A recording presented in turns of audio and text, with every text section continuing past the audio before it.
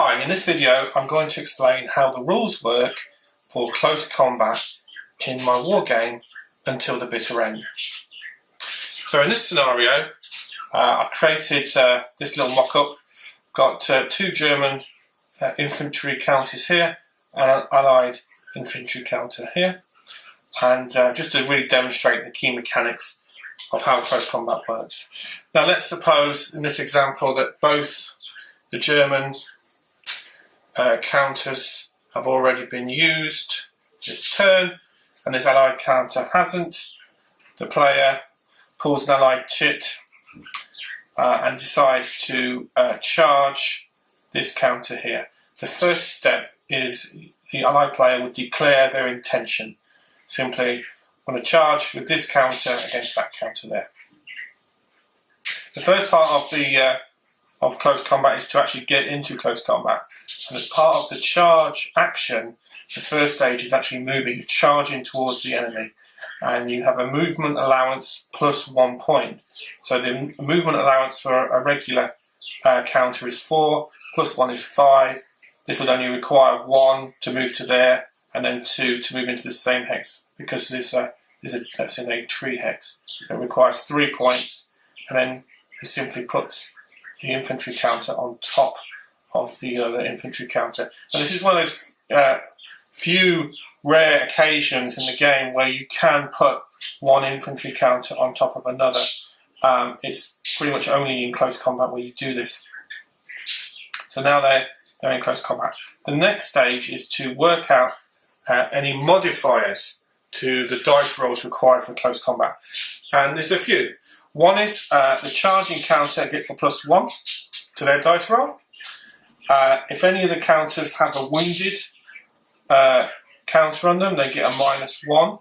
If any counter has a jammed counter, they get a -1. If the counter is in cover, the defending counter, they get a +1 to their dice roll. So even though this is charging into cover, they get the +1, not this counter for cover. And then finally, if this counter has a heads down counter, they also get a +1. And these +1s are cumulative. So for example, let's say this counter here is wounded and jammed, -1 for this counter, -1 for that counter, that makes -2, +1 for being in cover. That would result in a -1 to the dice roll. But in this example, let's keep it nice and simple for the sake of argument. It's a +1 for this counter because of the charge, +1 for this counter because of them being in cover. And simply, you roll a dice for every dice of the weapon. So this counter has a sten, has a 2 attacks with the sten, so you roll 2 dice. German counter would roll 1 dice because they've got a rifle, and you pick the highest number. So the German, let's say for example, rolls a 2, and the Allied commander, paratrooper, rolls a 5 and a 3. They could pick the higher number of those two, a 5 versus 2. This one wins. This is the losing counter, and this one is removed from play. There's no need to roll to wound or anything like that. Combat is that effective, it's that brutal, it's that decisive. So this is removed from play. Now, just to back up a little bit, just to show another example, this counter, in that example, charged close combat with this counter. The player could have charged that counter if they wish. They do not need to charge the nearest enemy counter. They charge the counter they choose that is within the hex movement allowance of the charge. So this one would be 1 point, 2 points, and then another 1 point. So there is 3 points. And that would be perfectly fine. That's within the 5 movement allowance points. But if the counter was way over here and it exceeded that, it wouldn't be able to charge into combat. Instead, it would move 4 movement points as normal and then have to stay there once the player realised they couldn't make the charge fit.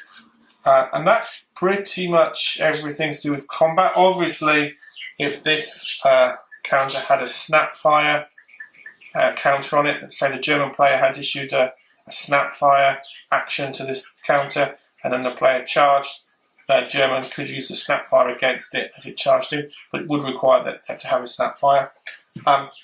Generally speaking, close combat, the way to ensure victory in close combat is to try and get a wounded counter on your target, or if the target has a jammed counter.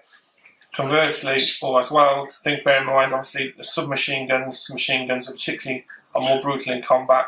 So this is why this is rolling 2 dice, because this counter's armed with a Sten, whereas the rifle counter only gets 1 dice. That's pretty much it. It's very simple. It is very decisive. Any questions?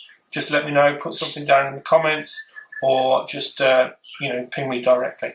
Thank you.